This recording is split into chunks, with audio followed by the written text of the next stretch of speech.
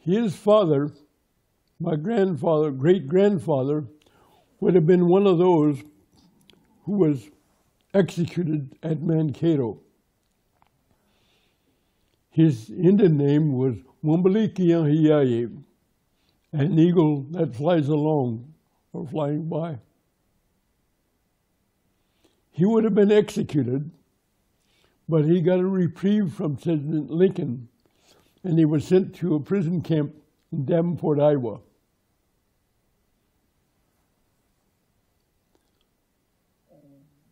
And what they fed them, slop, unfit for human consumption. No one cared. If they died, one less mouth to feed. Same thing. The other group was sent to Davenport, or to Fort Thompson, came by steamship, and there was nothing there. Dismal place. The soldiers raped the women, abused the young girls. Not a single one of those soldiers were ever brought to court-martial for raping our women and abusing the young girls. Yeah. None of them. Fed them slop. If they died, so much the better.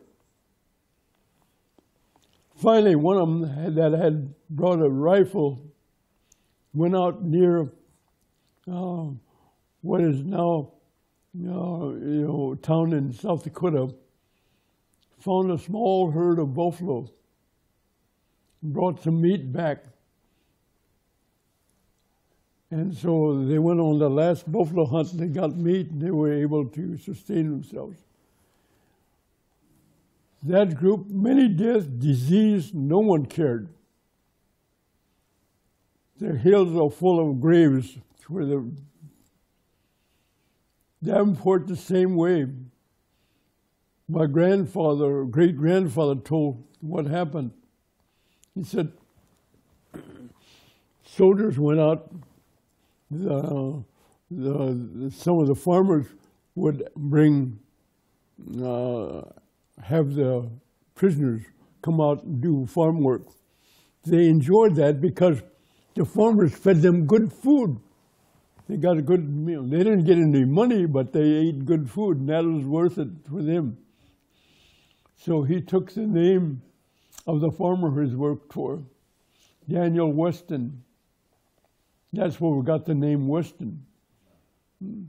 He told one of the soldiers could speak a few words in Indian. He took the dipper and he banged it against the water pail. Money, money, money, water, water. Inachni, hurry.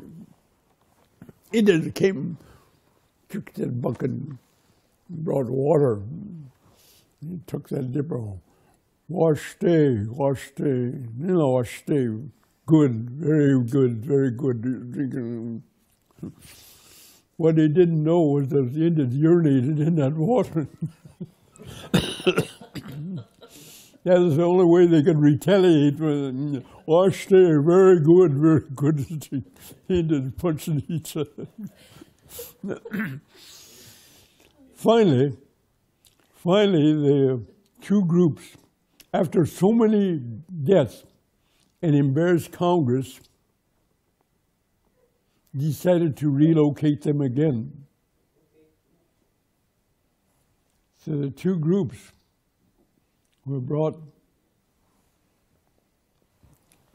to a new reservation at Santee, Nebraska. While they were bringing through New Elm, one of the places that they had been attacked during the Uprising, townspeople armed themselves, pickaxes, pitchforks, any kind of weapon. They attacked that wagon train of all the prisoners. One woman was so incensed, grabbed the baby from its nurse's mother, bashed its head against the wheel and threw it back in.